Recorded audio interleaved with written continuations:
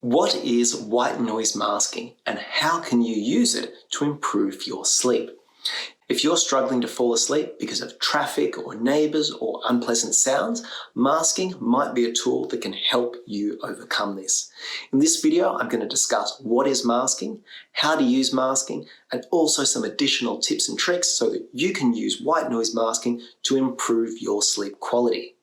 I'm Dr. Thomas Dixon, expert in the science of music. Here at Biohacking with Music, I'm going to show you how you can use music as a tool to thrive. Now, I want you to imagine trying to fall asleep next to a dripping tap, a very slowly and uneven dripping tap. Now, if this sounds really unpleasant and familiar to you, it might be because you've seen it in a movie where it's being used to torture people by keeping them awake.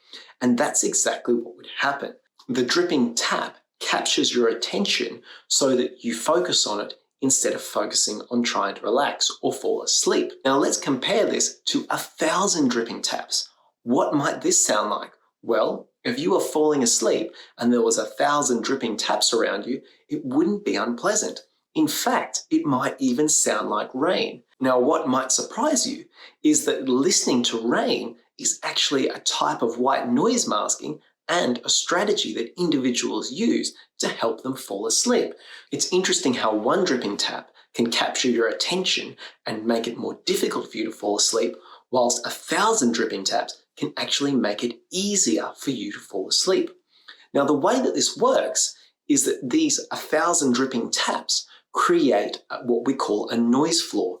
Now, a noise floor is where your ears adjust to the continuous sound so that sounds that are quieter, as in below this level, don't get heard. So for example, if we had you listening to one dripping tap and there was a dog barking outside, you would be distracted by both the dog barking and also the dripping tap.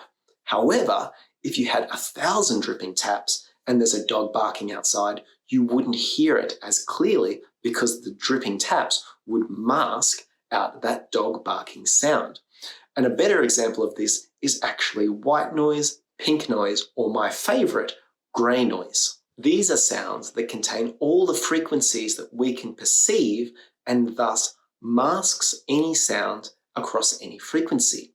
Now, the louder the masking, for example, the louder the volume of the white noise or the dripping taps, the less you notice the obnoxious sounds, such as the dog barking outside. Now, you can use noise to block out a variety of different sounds in different circumstances.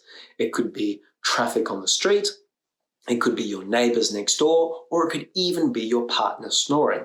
The point is, as long as this noise floor is above the volume of the sound, then it will be masked. Now, there's some interesting research about using white noise in particular in intensive care units. What they found was that individuals who listened to these recordings of intensive care units whilst they were trying to sleep, their sleep quality was actually decreased. And this was because they had more mental arousals for every single sound of the ICU that they heard.